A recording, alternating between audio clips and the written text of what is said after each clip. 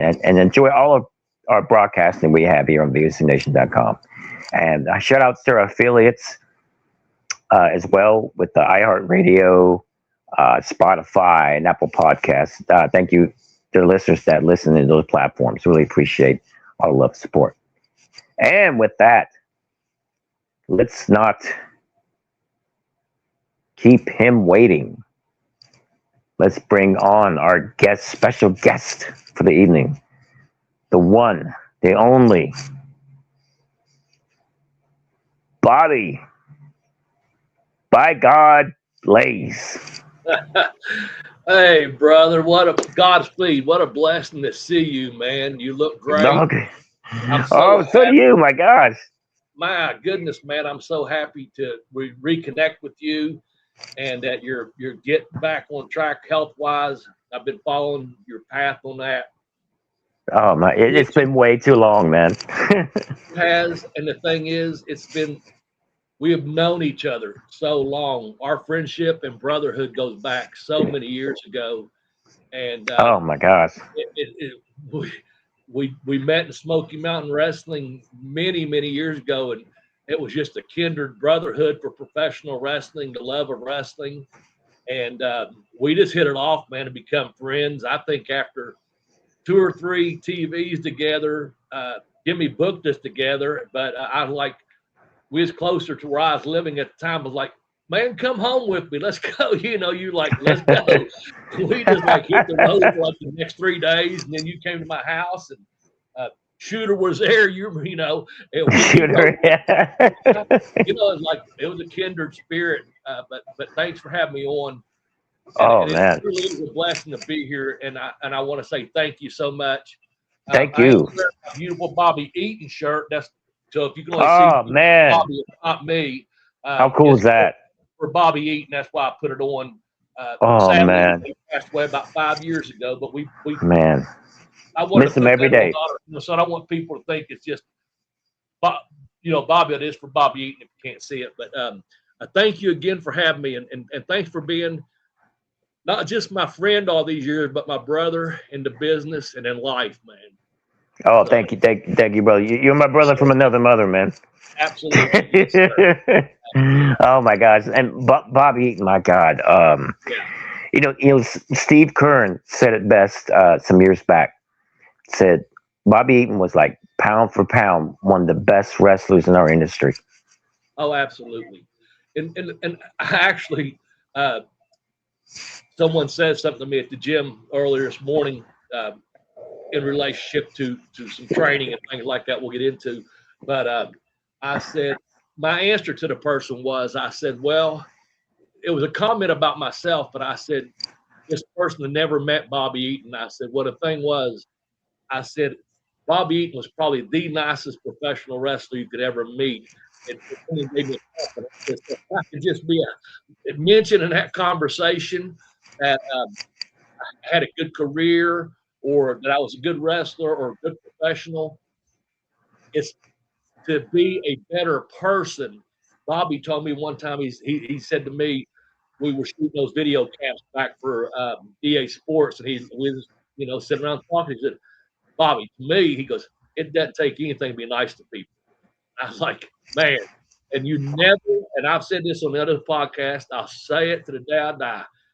I've never heard anyone say a bad word about Bobby Eaton. And if I did, I'd probably just want to shove my boot up their butt and say, you got about 1,000 more people want to kick in your butt if you say something bad about Bobby, because he's the nicest, sweetest, kindest guy. And pound for pound, again, one of the best workers of all time, wrestlers of all time, and one of the early high flyers when you think about it. He just done that top rope stuff. And tremendous talent. But anyway, amazing. God, my God, Bobby was such a genuine soul. Yes, he was so genuine, and like you said, he had such a good heart, and so fluid in his work was just on a whole new level in the ring, and there were times that personally, while I was in the ring with him, right.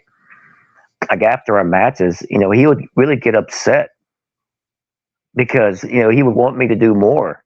Yeah. And I'm thinking, are you kidding? Because I guess I mean we out there. I mean, my God, it was like an art form. They're being in the ring with Bobby, man. So Yeah. I mean, that's how much he loved the business, man, and Oh he yeah. truly had the heart for it. You know?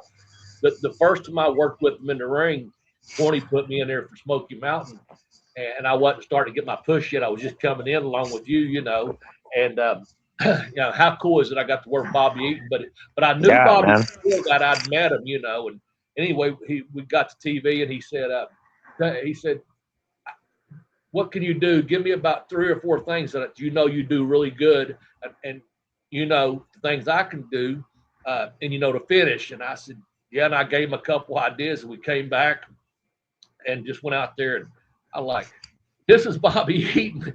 Yeah. You don't need to give me anything, but he's out there just Right. making it so 50-50 in the match until the finish. And I'm like thinking, this is Bobby Eaton, man. He don't have, but it was so fun, and he thanked me, man, I loved your work. And of course, we met several times after that in the ring, and it was just a night off because all you just got to do is show up and put the effort in because he's going to make you look good. And with that said, what a great punch, like, oh, he Oh just, my God. A man, thing of beauty. yes. But anyway, it's just, can't say enough. That's why I had that shirt on because, I was talking about celebrating or sadly celebrating the anniversary of his passing. But what a good Right. guy he was. And Absolutely. one of the reasons I bring that up is because you are another good person. And just to let you know that I've always been around in some capacity and heard good things about. And we have a lot of mutual friends in the business and outside the business that I know speak so highly of you and your character, not the character, the maestro, or anything like I'm talking about. Just your character of how you conduct yourself outside the ring, of being a professional and being a true. Rip Rogers always says this. If you love pro wrestling, I love you. We both Right. love pro wrestling. We met. We were just like, and I'm not degrading anyone or anything. We just both marked out. We marked out for the business. Like, what about this? Who trained you? Oh, Professor Boris Malenko. And who trained you? Gene Anderson. Like, oh my God. And then Ivan. Well, then I was like Dean and Joe. And then we had all these connections of people that Nelson Royal, you're like, we got all these people, these connections from the past. Like, most people don't, I don't mean this disrespectfully. Most people didn't know who some of them people are, Right. back in the day. We're talking about them like when we got to train with these guys. And then we got to Yeah. with the guys that you grew up watching, I grew up watching, and we're out on the road having matches with them. we're just, we're helping each other get bookings. We're staying all night at my home or in hotels near and far, and traveling together. And it was like, can you believe this? I remember one time we went to Pennsylvania to Pittsburgh area for 3 or 4 nights, whatever it was, and we were riding to town, and I said something other. You had this newer car you bought, and you had a blessing upon you to sign with WCW. And I was so proud of you. You signed a couple months before me, and I was so proud of you for doing that. I'd been in Japan actually, but you got this car and it started raining, and we'd listen to the radio, and he, I'm like looking at the windshield just getting covered. I'm like, bro, you got to turn your windshield wiper.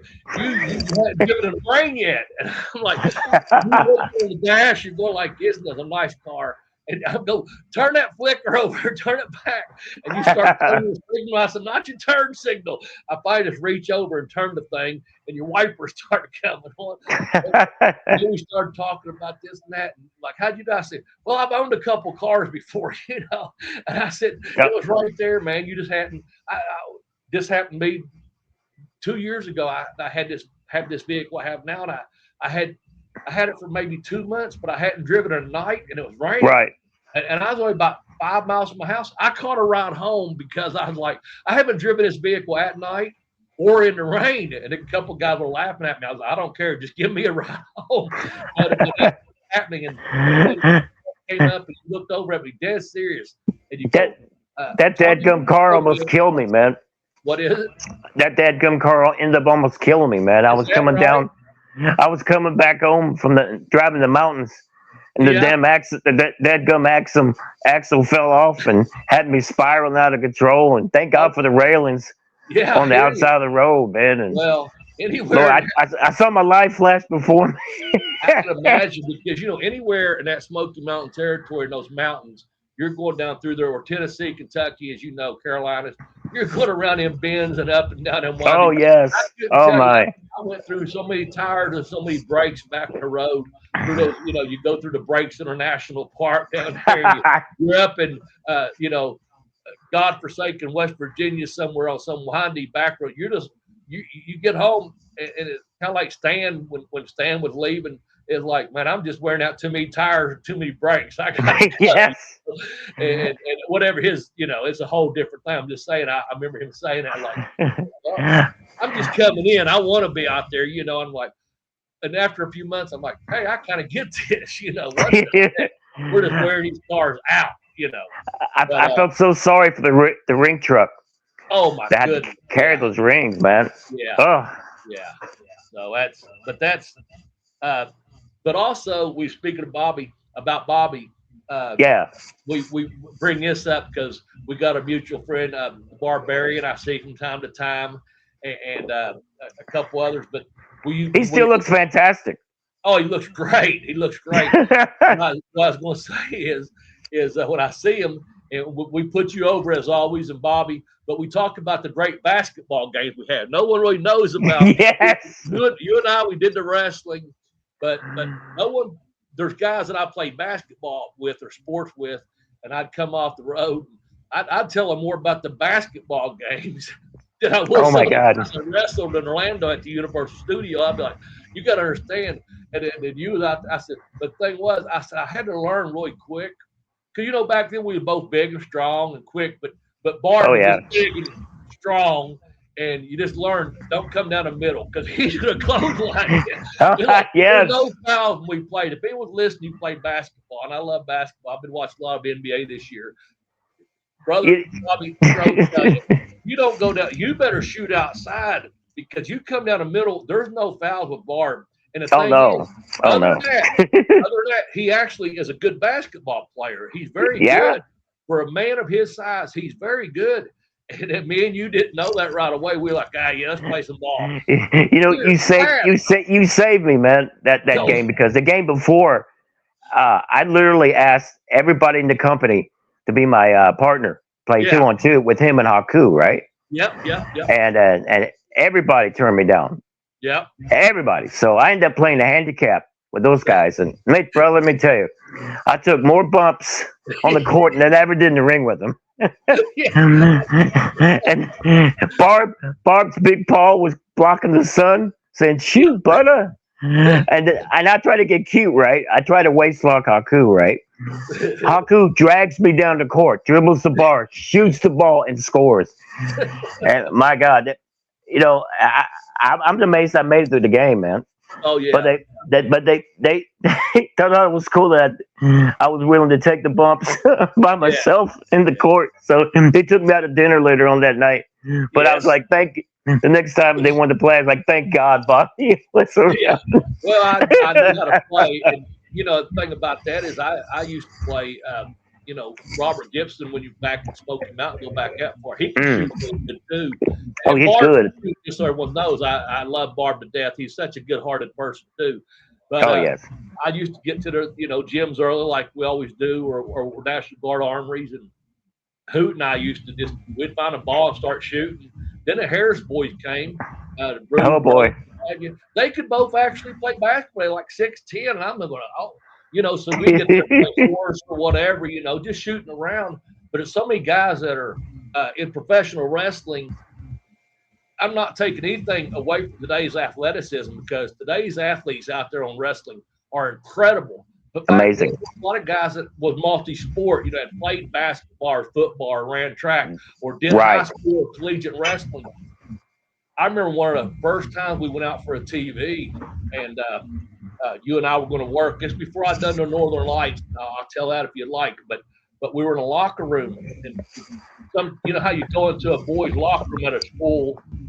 When you open that door, there's that wall usually, so people can't see in. Then you go around it, and Mhm. then you and myself were getting ready to go out to the ring, and we was just kind of like warming up, and I'm like thinking, hey man, I got this kid, you know, I can do this. And bro, you came underneath me and picked me up like nothing, and my my butt was way up in here, my head was way down here, and I'm just like, oh.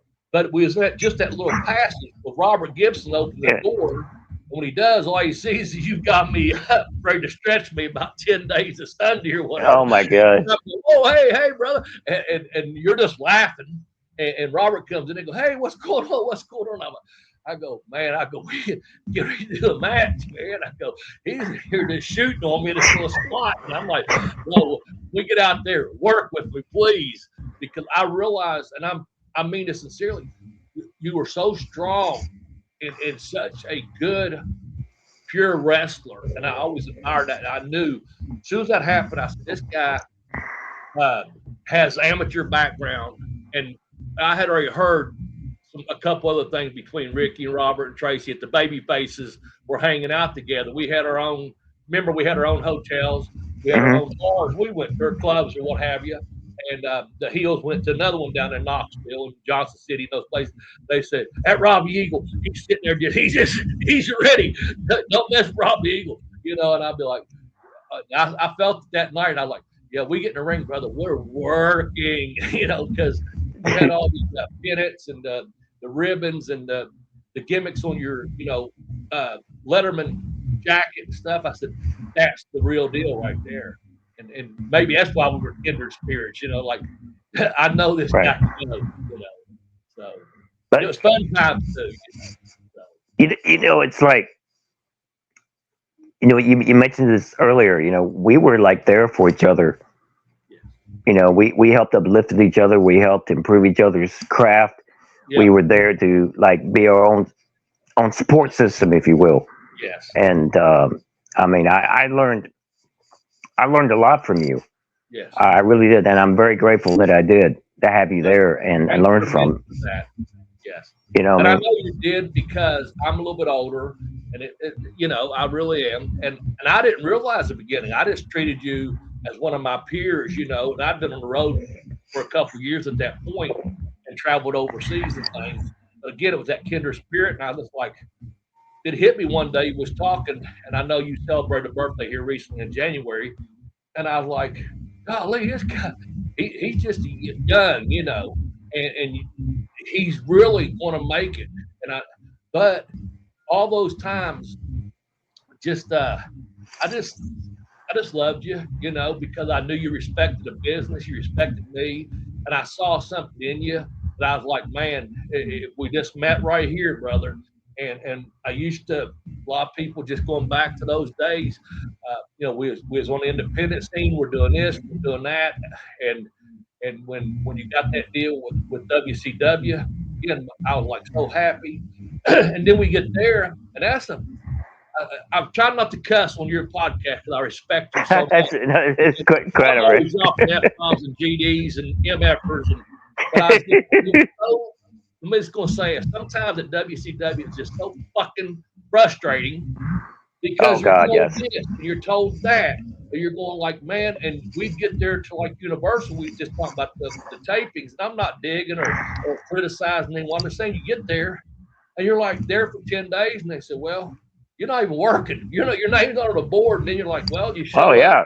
and like be here at 4 o'clock, and you're there for TV, and then they got you against, you know, on the whiteboard, you see your name versus so and so, and you're going to do this, and you're going to do that, and you're like, okay, and then you're there for a nitro, for example. You go in the back, and you know this. There's 60 friggin' people back here, and there's like only 15 or 20 that's going to be on the show. So you show up, you Yeah. grab the paper, you go to catering, and you're like, well, and thankfully, the agents that I dealt with, you know, they'd come by and say, Bobby, you're not on tonight. Relax. And I'd be like, whew, you know, because you're there waiting and see what's Yeah. going to happen, you know. And I was glad for that a couple people Arn Anderson was so good to me. Kevin Sullivan was good to me, and they'd say Paul Orndorff, bless his heart, rest in peace. I love those guys. I grew up respecting them. When I got in the business, I loved and respect them, but they'd give me a little heads up, like, you're not on the card tonight, kid. I'm like, whew, Oh okay. yeah. But then you get there maybe to Universal, and finally, you guys, I did for a while. Then all of a sudden, like, you started getting your push, and I'm like, "Ooh, thank goodness for this," because I saw you show up, be on time, be early, actually, working out in the gym. After the gym, we talked about. We'd be there all day, then go to the gym and work out before we even go to eat. Before we went back to the hotel, Oh and man. it was so good to see you finally, like, man, this guy deserved this. And what people don't see, to kind of follow up what you were saying, and we've all went there or been through this at some point, and you're in a hotel room, you're going like, what's going on? You don't want to doubt yourself, like, I'm in pretty good shape. What's happening? Well, you look great, and I'm like, well, what is it? I don't. They're just, it's the booking. It's like, this ain't happening. Stay strong, and hanging around, traveling, flying here or there, driving here or there, and you're like, you got to have someone to like let it out sometimes. Like, what is going on here? And someone needs to be a sounding board. You're going, well, I'm at this position. This is what Right. I'm doing. Something's better in the future for you. You're here for a reason. Mhm. And you're waiting. Finally, you get that break. Like, hell, this guy's been here 2 years waiting on a break, and he's been in the Right. business 10 years. A lot of Exactly. people don't know that you're. I just like that. We was talking about we went up to Pittsburgh several times. Like, we went up there we done some shows for the Special Olympics and things like that, and we've always done things for uh, fundraisers like that, and things we care for personally and professionally. But it's like one of those things where, like, you're just driving in the car and you're just talking and you're listening to each other, and I knew, like, you'd been to Puerto Rico, you had this tryout, you had that try. Like, man, this guy, it's just a matter of time before you sign. And so you just are appreciative that you have that sounding board of, well, what if you tried this, and you're like, what if you tried that, you're like, let's do it, and it works out. And the same thing in life. I know you're very spiritual, and I respect that.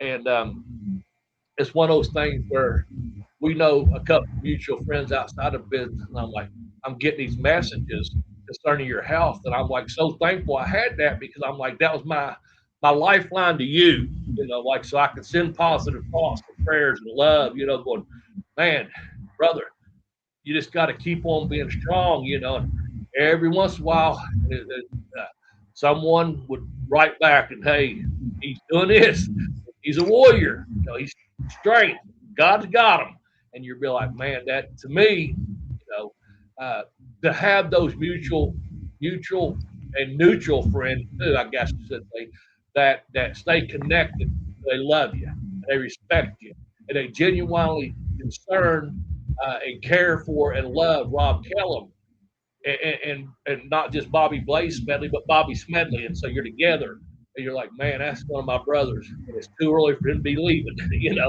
Stick around. There's more to see. And you're Absolutely. proving that every single day. And that's what this. As much as we could talk about a lot of pro wrestling and stuff, it comes down to also it's love, it's kindness, it's gratitude.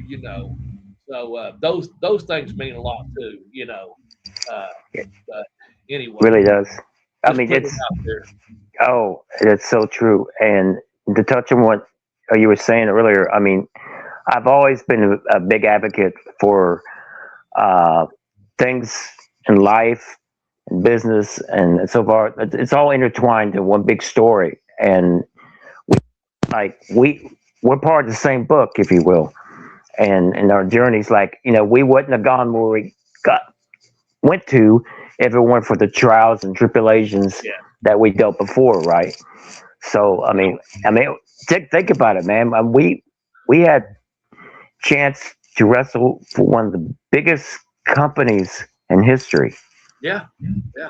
We were a The part of best of the Monday best. Night Wars on national Yes. television, international television. Oh, I was Right. going to say something I broke out. I was reading something this past summer, so almost a year ago, but it was one of, brother, maybe we're all just reading the same book, but we're on different pages, you know? It's there.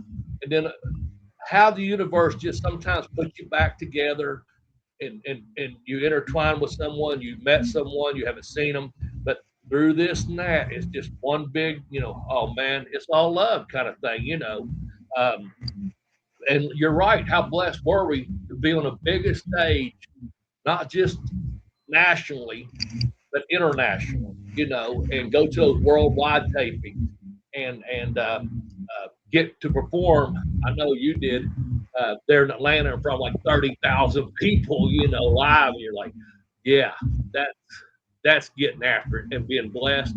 But that all was because of all the effort and hard work that you put into it, the sleepless nights in motels talking, going, man, when's this going to happen? When's that going to happen? We don't know. We just know that we're out here busting our butt, trying to make a dime, trying to get to the next town, and living our dreams, so to say. And we really were, and we really have. You think about it, and you go somewhere like a convenience store in your town, and people talk to you, and they have no clue other than, you know, and they say, oh, so and so. Well, that's my dad, is what they'll say. And he said he used to watch you on TV or this and that. And you're like, you were on TV, and they can't believe, you know, they do. They know you're somebody, like they know you're somebody. You're like, yeah, I was on TV, believe it or not. And wow, man, what was it like? I tell you what it was like.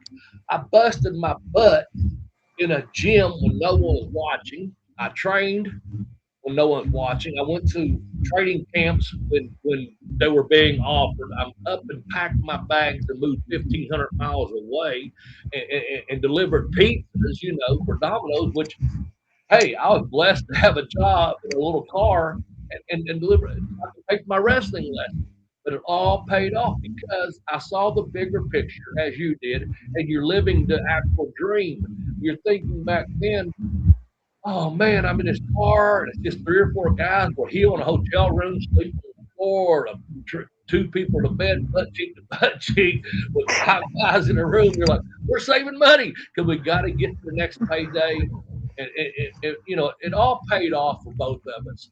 And I'm so blessed and fortunate. But my point being, for these young people out there that are trying, I don't care what you're doing, whether you're going to college, trade school, professional wrestling, if you pursue it and you stay with it and you stay in it long enough, hopefully you'll just catch that break and you'll get that idea computer programming job or that iron worker's job or that that gig in professional wrestling, whether it be in Japan or one of the biggest companies in the world, i.e., back we worked at WCW and that WWF were the only games in town. So, but it didn't happen overnight. We put forth the effort and put forth the love and the dedication, and also the what's the word on the sacrifice. You have to sacrifice sometimes. Hey, you want this? You settle for that because you see the bigger picture of, I do this now. This is what's going to happen. Right. You're going to push, So, Yes. another good In, thing. in, I know I never told you this, but Excuse me. I mentioned earlier that I really learned a lot from you in the early years, Good. and Thank you. we touched up on about storytelling earlier, and how to tell a story in the ring, and how to do it properly. That I learned all that from you got the ball rolling on that for me, right? It, it was you, then later on Jake Roberts. Yes. And up to that point, I always I knew the technique, the skills and Yes. the techniques that I was trained for and everything. But Yes. as far as telling that story, I mean, there's an art to it. Well, I mean, yeah, and you really got the and I motions know that. turning. You know I what I will mean? share that with you. That happened. I mentioned traveling to Pennsylvania you had been through Smoky Mountain and you went out to USWA, and that's one of them things where you say, you know what, Tommy Rich told me at once. Well, you got to work from great talent out there. And in Smoky Mountain, you got to work with great talent. And the thing was, it was like in the ring with you, like I was saying, Robert opened that door, and I'm just like trying to show you something for a spot, and you're like trying to suplex me through the, wall, and I'm like, whoa, hey, but and I mean it respectfully, but I'm like, you could do anything in the ring, but I'm like, you can't. So we were traveling together, and we just hanging out. And we're booked. We get to the town, and the guy he told me he'd bring someone that I could work with, and I elected to bring you. We got us a good payoff. We got hotel rooms. And it was a great little gig. And we got to the ring that first night, and you just start beating the crap. I'm like, bro, we just traveled together 5 hours, 5.5 hours, and you stayed all night in my home and get in the car. I'm like, bro, do I owe you money or what? You just start boom, boom. But it not hurt me, but like just getting on me. I'm like, this is the beginning of the match. You're the heel, I'm the baby face. I should be getting over. I've been here for I don't know 8 or 10 times prior to bringing you up. And I'm like, relax, relax. Trying to get away. All right, so we settle down. We start working. And that goes on a couple of days, but in the locker room hotel, I remember the guy coming to me like, Bobby, this guy's he just killed. I'm like, I'll talk to him. Like, they was gonna put the strap on you for promotion and stuff. I'm like, you always had the skill, but you didn't know how to put it together. And so, long story short, you got that. You got to where some separation of years there, and I saw you on WCW, and I knew at the first you're like getting frustrated. I'm like, just hang in there. And when things start happening, so we'll fast forward when things were going out of business or whatever for WCW, I was running some shows still, or came back to running shows myself. And I was like, this guy's fresh off TV. He's a friend of mine. He's looking for work. And we locked up. We hadn't even talked. We just knew like this is what we're going to do for this show.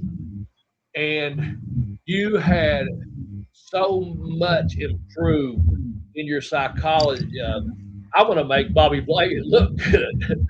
I'm going to get him over, and then I'm going to start beating him up. And then he'll come back. And then I'll cut him off, and he'll come back some more. And then we'll go to the finish, whether we had like someone else on the show, like maybe a Tommy Rich or going to make the baby face, save, or we had a heel that's going to screw me and you and Classy Boy Bass or whoever was like, kill Bobby Blade, and you're like, you understood the psychology part. And I've heard you talk about since then, we've obviously years have passed, but like I knew that Jake had set you down and told you some things, and you got to experience Mexico and you got to work with all these great workers, but you always had the physical tools. And wrestling wise, bar none, no one's taking you off your feet or putting you on a mat. That ain't happening unless you decide I'm going to work. But you learn that, And with that said, it's probably not as bad as I'm saying when you beat me up. I knew how to protect myself and take care of it. Because if you didn't, you just eat the guy up. I remember I'm gonna come back to that story in a second about getting over with you. But I remember one Saturday morning I tuned in and you had went to WCW and there's you and Sting. You just killed the guy. And I'm like, holy crap, I can't believe they even this before we both signed. And I'm like, Robbie, kill him or it's 2 minutes later. There's Sting doing the finish, but the minute and 57 before that, you're just killing them. You're giving them nothing. I'm like, that's one of their chance. And I don't mean this disrespect at all. I'm just saying, you just boom, boom, boom, boom, boom, boom. And I'm surprised they even didn't edit it and put it on, And I mentioned that in the car ride. I said, oh, they're bringing you for a reason. And the reason at that point was not to beat this guy to death, is to get him over, But you learned that. But I'll say this, and again, I mean most respectfully, because you turned into such a good worker. heel, face, you got that big push, and you got to see the world. But in Smoky Mountain Wrestling, I had been working on prior to joining. I was doing the Northern Light Suplex. I'd been working with Dean on it down in Tampa, Florida. And I came back. I was traveling to Canada and had like a 20-week tour lined up there. And I worked for the heel most of the. I'm not doing Northern Light stuff. I'm doing some suplex, nothing like that. So I kept working on it. And finally, we'd been at Smoky Mountain enough. Jimmy trusted us to. All right, here's the finish, but everything else, just work. And I'm getting a little bit of a push at that point. And I said, I was surprised. Well, I wasn't surprised, but I said, I'd like to do this Northern Light Suplex. Oh, I know what that is. I was like, oh, that's a plus right there. When someone knows, at the time, it was very popular in Japan. Right. Not really much in the U.S. Only D. Malenko was the only person I'd seen. And I only saw that down in Tampa, in Sarasota, and Orlando when I was down there. Mm-hmm. So, and I, with his blessing, that's a great finish. Go for it. And I didn't tell Jimmy or anyone. I asked you. I just knew I was supposed to go over. I was doing that top rope drop kick. And I said, bro, I'd like to do this. And you said to me, you said, I'll let you do that if you'll let me German suplex you. And I thought, wait a minute. First of all, I know you went behind me before and I blocked you for a half a second, but you could get me up, put me down as mentioned. And I was like, if I'll let you, I was like, bro, you can German suplex me anytime you want. I know that. I said, so what do you say? And you go, how about if I do this, this, and this? And finally I'm behind you. And I was like, well, the other thing was you was impressed I knew what a German suplex was. So I'm like, yeah, that's a fair trade-off because you put me over. So I was like, what do you want to do? And you go, I will work. I'll be behind you. And he said, brace yourself. And I'm like, okay. And so, man, you went behind me. You picked me up. You Germaned me, laid me out so good, not on my top of my head, but a good, the way you're supposed to land. You had that beautiful bridge, athleticism, wrestling technique. Like 1-2, I probably kicked out because I shouldn't even have kicked out of a German suplex, And anyway, we're doing it. I never forget because at the time that Cornette was the acting commissioner of Smoky Mountain Wrestling. It took over Bullet Bob's spot, and I've got it on DVD somewhere. I'm sure it's somewhere online. And he's up there like Bob Cottle or Dutch or whoever. I can't remember that part. But the point is, I finally do something. I block. I switch under, and I do the Northern Lights. Boom, 1, 2, 3, and Cornette comes out of character because he's a heel. He's a heel commissioner at the time. He goes, and Bobby Blake, oh my God, Bobby Blake just won. He stands up and starts going, that's the Northern Light suplex. For you fans at home that don't know, that's the Northern Light suplex. And he come in glued and he come out of character because I'm a babyface. He should have been saying, I cheated, Robbie Eagle or I screwed you or, whatever. But he broke character and just starts putting it over. And I never forget watching the TV back, later at 2 weeks later, whatever it was. And I like, oh my God, I make Cornette break character. But that was because you also worked with me and you got over so easy working. I'm like, oh man, you were in such good shape and you knew how to work. When you would German suplex me, I didn't worry about getting a broken neck. And when I did the Northern Lights, at that time I could bridge so really good. I was like, I'm gonna take care of this guy because you're looking after me, put me over. I never forget the first time, and including actually Mark Curtis came to me and he said the first tape from the night. He goes, "That's your finish." Cornette said, "That's your finish for now on. You're over with the Northern Lights." And I go, "Thank you. That was my goal." But you helped make that happen. So for those that don't know, that's called working professionalism. And I'm glad you learned those lessons. And it was because I'd been places and was older and I saw this potential because you could do all that. But again, you just come in and kill someone like, slow it down, big guy. We got 20 minutes or 10 or whatever it is. We're going to be here a hot minute. And the same thing with working. And when you came back to get in the ring with you, I was like, oh my God, this guy knows how to work. and how to wrestle. I knew that. So every time I had a show and I had an opportunity, someone would say, "Who can you bring in? Who can you get?" Uh, those shows in Cleveland, the shows here in Kentucky, West Virginia. I was like, bring Stroh in, brother. That guy, he's a top talent. He's going to come in. He's going to work his butt off, and also he's my friend. And that's a good thing to have someone like that you can trust as your friend. Uh, and how about this? It was never like a big headbutting. Nah, that don't work for me. Or why do you want to do that? No, it's just business. It's like, how about this? Okay, how about that? And then you're like, why are we doing this? Because there's 200 or 2,000 people out there, and maybe on WCW 200,000 watching, on a pay per view or whatever you're going. Because we are professional. That's why. Because we love and care for professional wrestling, and we care for each other. I I tell, I'm gonna go on. I have to say, I'm involved with a new program, a new little promotion in my area called Aftermath. You had two of my students that are doing really great. They've been in the business, Brock Boulder and Mike Troy. Thank you for that. I love seeing those guys on here, Grappling Inc. with Aftermath. But I tell them it's because I respect and love this business so much. I'm giving back to it. And it was just that whole thing of love and respect that we have for professional wrestling that we just said, no, this is what's best for the fans. We're trying to put together a match. We left our ego at the door. If it's a shoot, you're going in there, you're pinning me in 3 seconds. Wow, who wants to see it? Or if it's a street fight, I'm going in and who wants to see it? It's like, let's do this. I can do this, you can do that, but we can both wrestle. Oh, we can do this and build up and do techniques, trade it off. But the people that pay their hard-earned money, when I was talking about being blessed in this business, you go to the stores.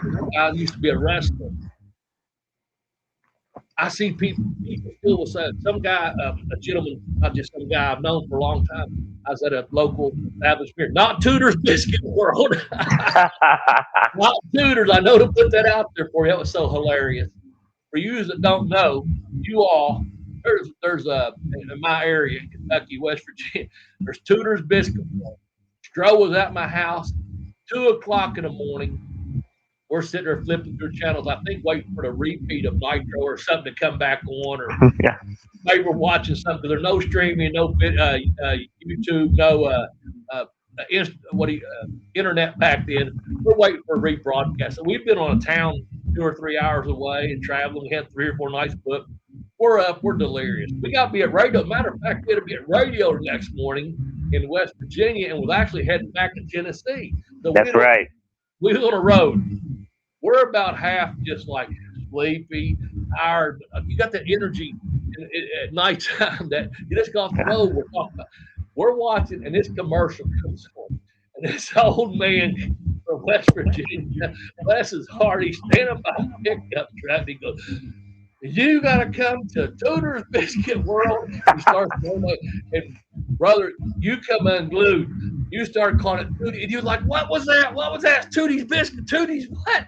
I go, "Yeah, we got a biscuit word called Tudor's. You don't know that guy? He was saying Tootie's." And I'm like, "Yeah."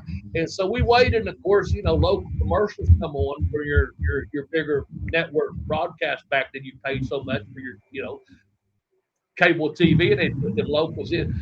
Brother, you come up about Tudor's Biscuit World and cut a promo every chance you could on Tudor's Biscuit World coming through West Virginia.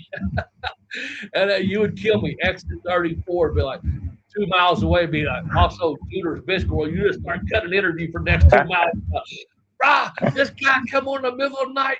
This old man, he's talking about Tudor's Biscuit World. I'd be like rolling. I'd be like Fred Sanford, ever have a heart attack laughing so hard because you can cut the promo. He'd be like, Tudor's Biscuit World. We still have them, by the way.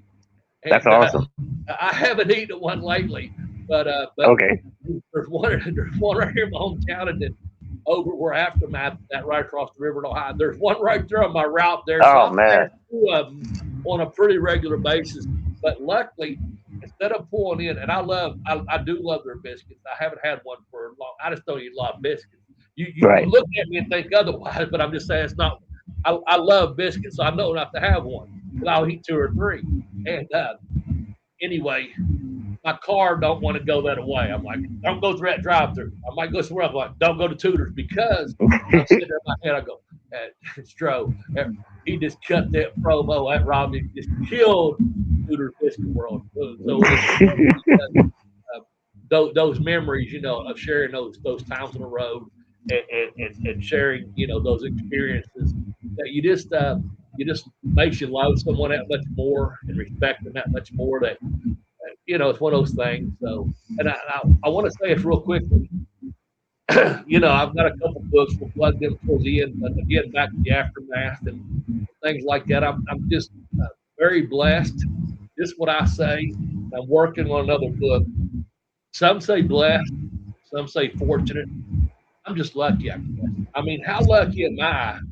And again, you can say blessed, fortunate. I'm probably all those things because I have a friend like you, a brother like you. I tell my brother that.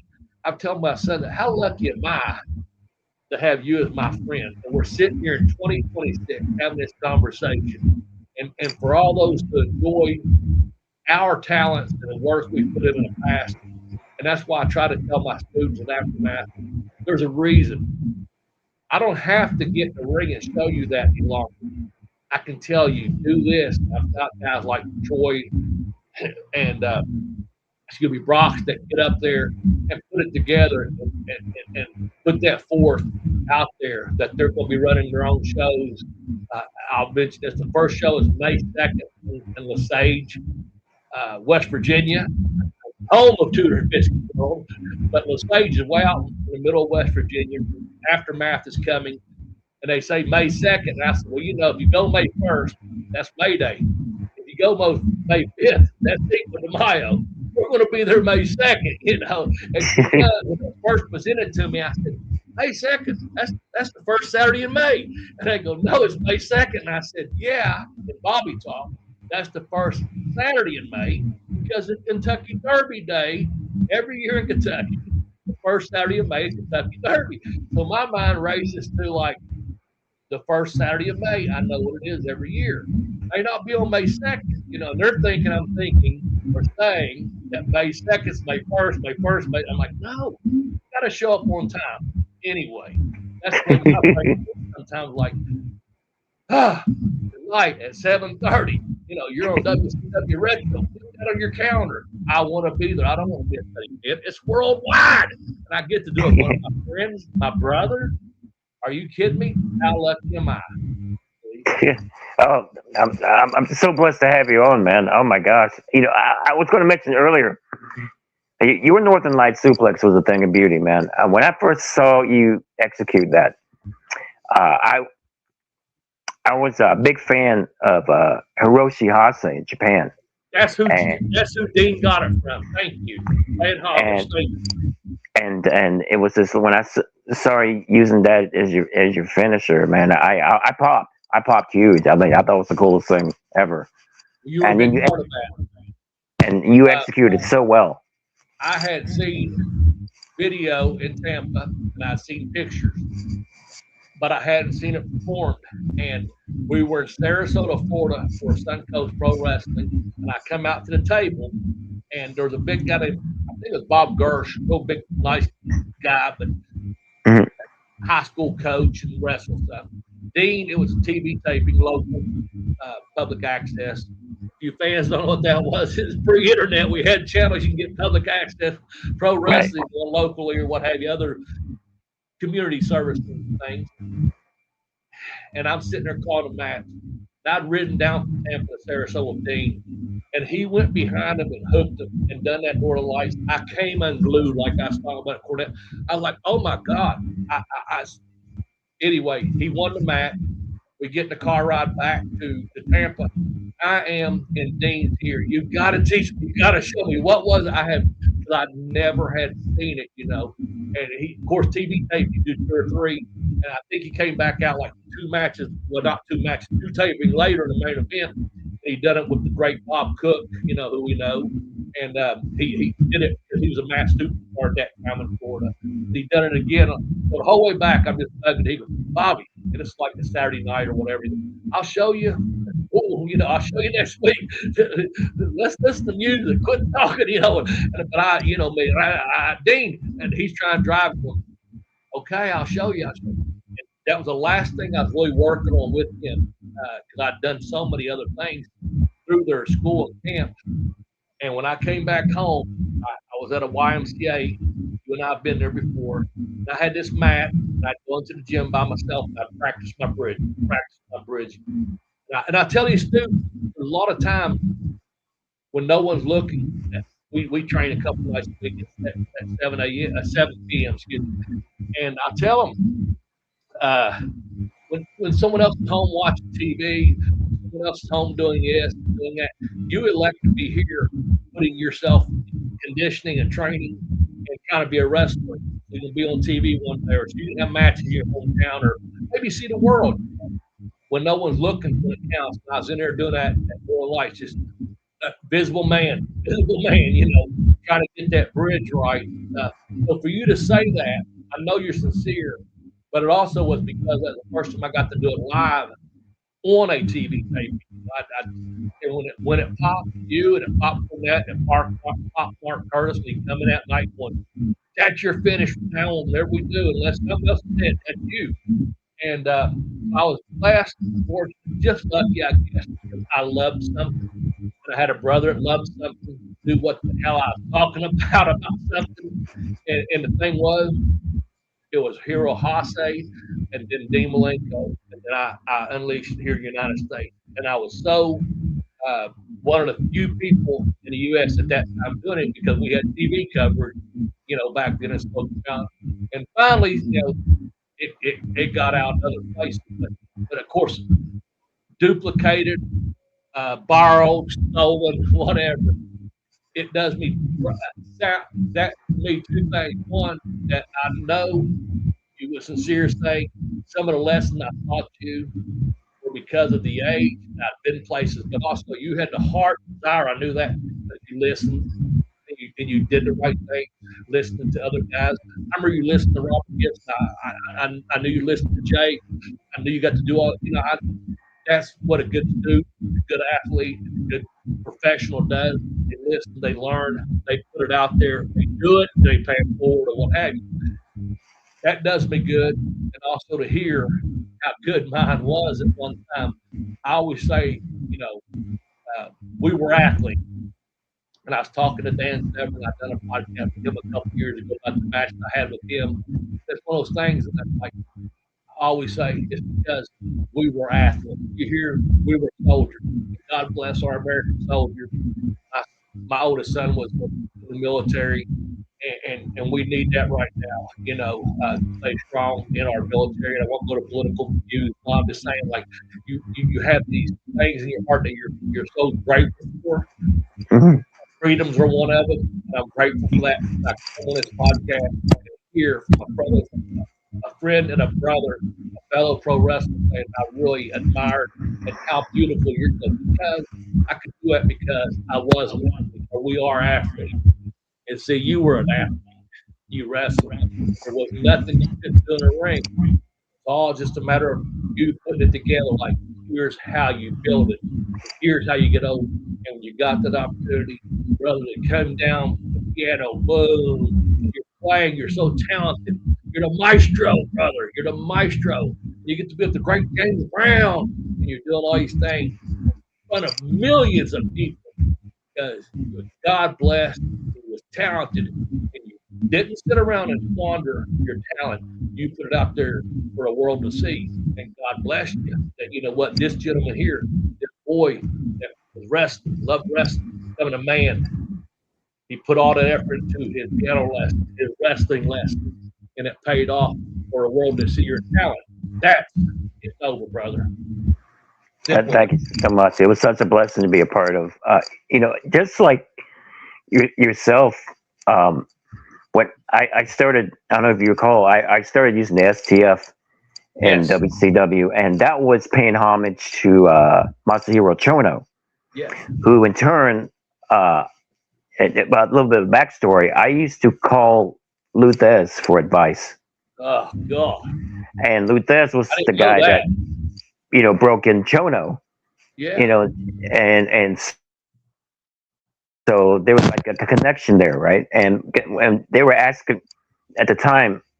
When I was coming up with a finisher with the Maestro. I mean, that was the first thing that popped in my head was paying homage to Chono and Luthez. So yeah, that was kind of like my letter, if you will. respect. Yeah, something happened to glitch where I got out for a second, but no. Um, and you got that big break, and you deserved it. One of my points, and you got to be on a big stage because of your talent, and you got to because of the hard work. Those self-doubting nights sometimes where we're just driving in a car thinking this, thinking that, or we're in a hotel room and you're going, man, when's this going to happen? And it's just a matter of time, because I tell some people, depending on who I'm talking to, I'm like, bro, this already booked anyway. Big man's already booked it. You just got to turn it into work. You got to just keep on counting your blessings and counting your fortunes, or just like, hey, I'm lucky. But I know one thing: it's already been booked. You better do the right thing and just keep getting over. So how lucky am I, brother?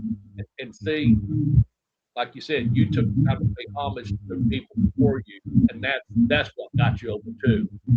Because the wrestling fans and the people that love our sport, that are in our sport and things, they recognize that talent and say, yeah, put that on them. Because, as we both know, one of the strongest holes in professional wrestling is the pencil hole. So it's hard to beat the Booker man. So just putting that out there. But let me just say this real quick. I cannot thank you enough that we've reconnected. We have been speaking before this, and that you put me on your podcast. I feel blessed. To all your fans out there, I've got 2 books out there. Uh, you can find me at Bobby Blaze on Twitter. I'm no Facebook. I have Bobby Blaze at 744 on Twitter or X, Instagram. I have 2 books. My first one is Pin Me, Pay Me, Evolution of Travel. That's available on Amazon. Just type in my name, Bobby Blaze, Bobby Special. Pin Me, Pay Me. That gets you for an app. Then I've got a second book I kicked out on too, The Educational Wrestling. And man, how lucky am I that I'm kicked out, like, oh, that's just a 2 count. The matches continue. I work on my third book. So go out there and give me a follow, give me a like. I don't care if you like it or not. Like my books, give me a review if you read it. And I mentioned the story about going to Pittsburgh. You and I talking on the couch of leaving, and I put that in there. Like, I'm like, oh, this guy, not to be redundant, he beat the heck out of this kind of, but here's how the match goes. You figured it out. And I was so proud of you because you had that good run at WCW, and you came back from the shows I was on. I always could count on not just being on time, but being early. Not just being great in the ring, but being professional in the ring and doing above and beyond what was asked of you to get out there, perform, and to work to help draw people in to these shows. And when they got there, the people always got their money's worth. And that's the bottom line with professional wrestling. Whether they paid $8, $20, or $100 for that seat, they are out there working as teachers, foster parents, YMCA, cleaning your street. They work for a paycheck. They turn some of that hard-earned money in to come and see you inside the ring. I'm not just giving them money for them. I'm giving them more than there's money for them. If they, the fans, work hard for their money and they elect to choose to spend that money to come and see a performer such as myself or myself, or the people that are behind us that are upcoming, they're like, I want to go see a professional wrestling show. You better give them more than their money. They'll come back and see you every time, and they'll talk to you, and they'll be your fan. They'll ask for autographs. All that. What matters is they decided to spend time with you, and they know they got their money and did so. And I cannot thank you enough. And my brother and my friend, is publicly. People don't know. I love Rob Kelly. I met him the very first time I met him. I traveling with him. I said, I like this guy a lot. Let's go on the road. We did. Come to my home, and he did. Let's get a hotel. He did. Let's travel. See you on the road. He did. See you in the ring. See you at the back of the wrestling, man. I love you, brother. I love you so much. I'm glad you're still here.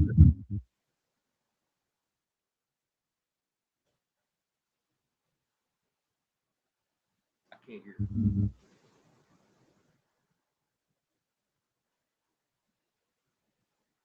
I can't hear you. If you hear me, thank you so much. Yeah, I can hear you.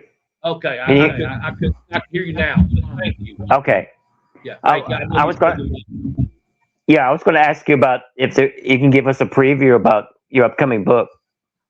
Oh, okay. So it's called. The working title is "Hey Ref."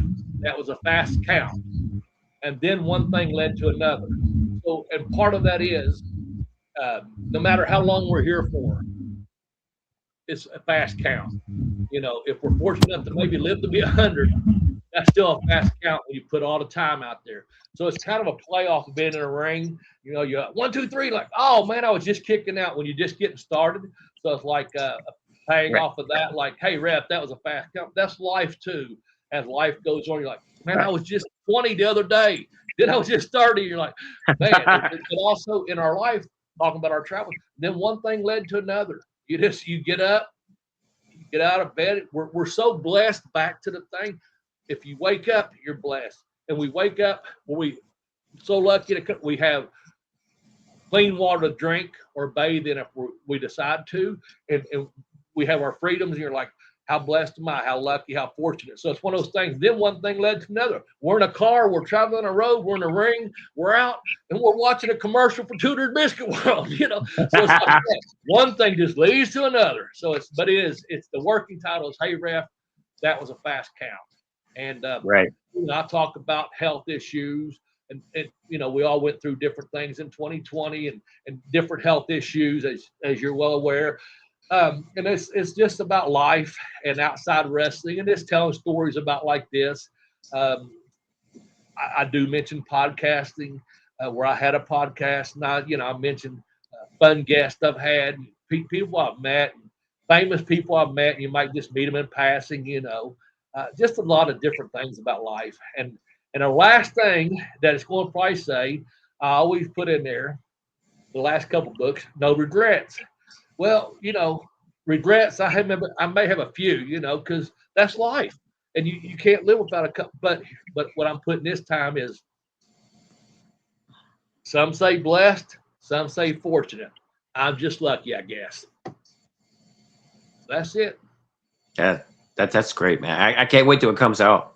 Yeah, I'll make sure you get a copy. So, Oh, please do. absolutely, man. Please do, man. Yeah, do they still serve the bologna biscuits at Tudor's Biscuit World? I'm just curious. You want me to send you some Tudor biscuits? I wouldn't complain, right? Send me your address. I'll see what I can do.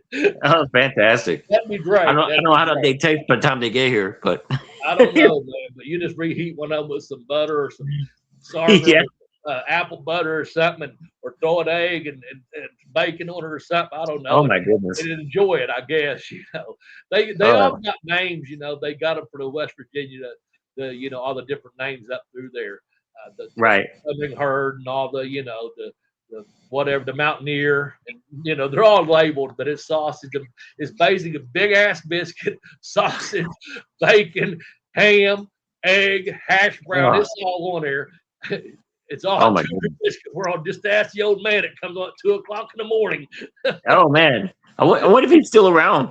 Well, he done cashed that ticket in a long time ago. He had too much Tudor Biscuit World.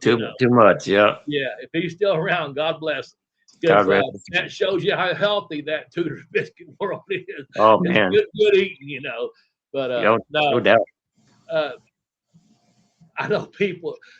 One of my friends that lives in Louisville. Whenever he comes to town, he's got to go there, you know. And there's people I know. One of my friends' daughter come to town. That's one of her first stops. It's just one of those things, you know, that's what you grow up on. That's what you love. Myself, like I said, I'm currently not eating biscuits as much as I love a Bojangles or KFC or whatever biscuits out there. I love it. So I know also, I'm like, that's not something I like to eat once a day, once a week. If I have a biscuit now, it's like maybe once a year. And like, right. You know, so, yeah, it's been a while for me too, honestly. It's been a while for me too, so yeah. So I I wouldn't turn one down like you said, but also I've been known to, like I said, just drive on by. Like, not today, Tutors, not today. Oh, that's awesome. I know how good it is. That's not, folks. That is not a dig towards that business. They're that damn good, but I'm just, if I eat tomorrow there, I'm probably eating the next whole month there. And I know better. So I just say, you know what, I'll pass the day because I don't want to be here 2 and 3 days. I will here on the weekend going, I think I'll have this today. I'll try that one. Oh, I got a coupon 2 for 1. Or, hey, I'll get something for my brother to stroke. You know, no. Yeah, right. I don't blame you. For them. It's just fun, you know. Oh, man.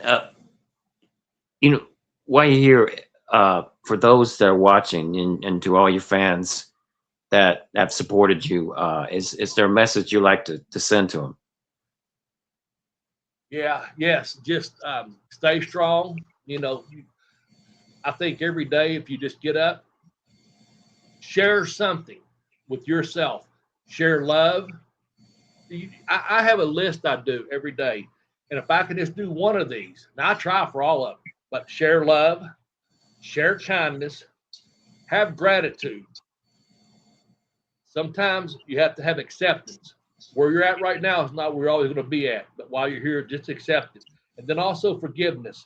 And on the forgiveness side, one of the hardest things you have to do sometimes, forgive yourself. So you have to forgive yourself as the man upstairs forgives you. You have to forgive yourself as you have forgiven others, and others have forgiven you. So it's love, it's kindness, it's gratitude. And that comes from my heart because I know some say blessed, some say lucky or fortunate. I'm just lucky, I guess, you know, and that's just kind of become my thing for the last year. Well, you know, I have other things, but, you know, live by that, man. Love, kindness, have gratitude, acceptance, and forgiveness. And you'll probably be all right, you know. Be impeccable with your word. That's one of the 4 agreements. Don't take things personally. Everyone in the world is not going to like you. That's okay. You just move on. It doesn't matter. Don't make assumptions or don't put expectation on other people. They just let you down. Put it out there. And then always do your best. And you'll know this. And that's from the 4 agreements. And it's a book, but it's the last one is you'll know this. Sometimes in our health, even when you're down, if you're giving your best, and when you're having a good day, I always say if you're having a bad day, make it a good day. If you're having a good day, make it a better day. And if you're having that kind of a day, make it a great day. I'm so blessed, fortunate, lucky today because I got to go to the gym. I got to be on your podcast, and both of those things were things I was looking forward to for days. Because outside the regular gym, sometimes about once every couple of weeks, I go to a different gym with another friend, and I get this workout in. I'm lucky to be doing it, and I appreciate that. And I knew this was coming up with you, and it's just so that's one of those great days. So you know, and if for some reason you have a bad day, make it a good day, and just try your best. That's all you can do. And I have a hard time doing that sometimes, but you know what? I'm blessed, fortunate, just lucky, I guess. That's it. And thanks for asking. Yeah. Oh, anytime. Thank you so much. It was such a pleasure, brother, to have you on the show tonight. Oh man, please don't be a stranger. You're more than welcome to come back anytime you like. Thank you. Yeah. And keep in touch with me, please. Absolutely. Yeah. Yeah. We know that. We have mutual friends, and we're also friends, you know, have each other's number and things like that. So that's a great thing. So anytime, thank you so much, and keep the motivation up, keep the positive, the love, the things you put out there. Twitter, I follow you on Twitter and mostly Instagram, Well, I see you. Again, I'm not on Facebook. That's the personal thing, but I know where to find you. And I know we have mutual friends that'll say, hey, what's Robbie doing? What's Stroh doing? How's he doing? Tell him this. So I know that. This all love. Oh yeah, thank you. I love you, brother, so much. Love you too. Thank you so much for being here. Thank you, guys. This is the great Thank Bobby you. Blade. Yeah, please support Bobby and keep in touch with him with in social media. Thank you guys as always.